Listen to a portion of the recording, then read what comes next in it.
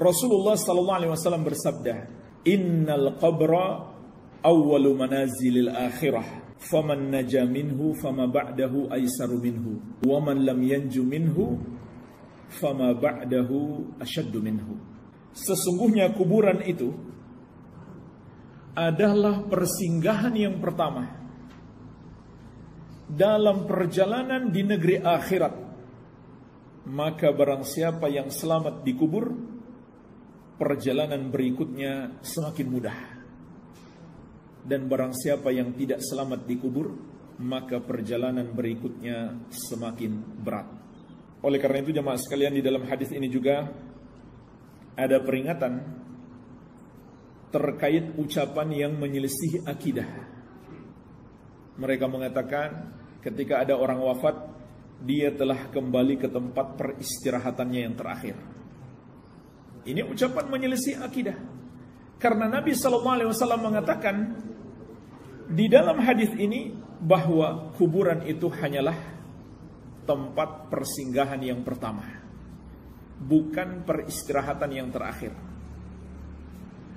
Jadi ini kesalahan yang pertama, seakan-akan kuburan itu akhir dari segalanya. Kesalahan yang kedua, siapa yang bisa memastikan mayit itu sedang beristirahat? Justru malah yang terjadi bisa saja sebaliknya. Di alam kubur hidupnya lebih menderita. Jadi rugi sekali seseorang itu. Di dunia sudah hidup susah, di kubur bukannya senang, nyaman hidupnya, tapi malah lebih sengsara. Ini juga perkara gaib. Nggak mungkin kita tahu orang itu hidupnya sedang beristirahatkah atau justru sebaliknya mendapatkan azab yang sangat pedih di alam kubur. Nah, kesalahannya lebih parah lagi kalau orang itu orang kafir, lalu diberi label almarhum. Apa artinya almarhum? Yang sudah dirahmati, padahal orang kafir, yang sudah Allah pastikan sebagaimana akan kita bahas insyaallah taala, dia adalah termasuk penghuni neraka dan dikubur dia mendapatkan azab yang sangat dahsyat. Bagaimana bisa dikatakan almarhum atau rib? Apa artinya rib? Rest in peace, beristirahatlah dalam damai.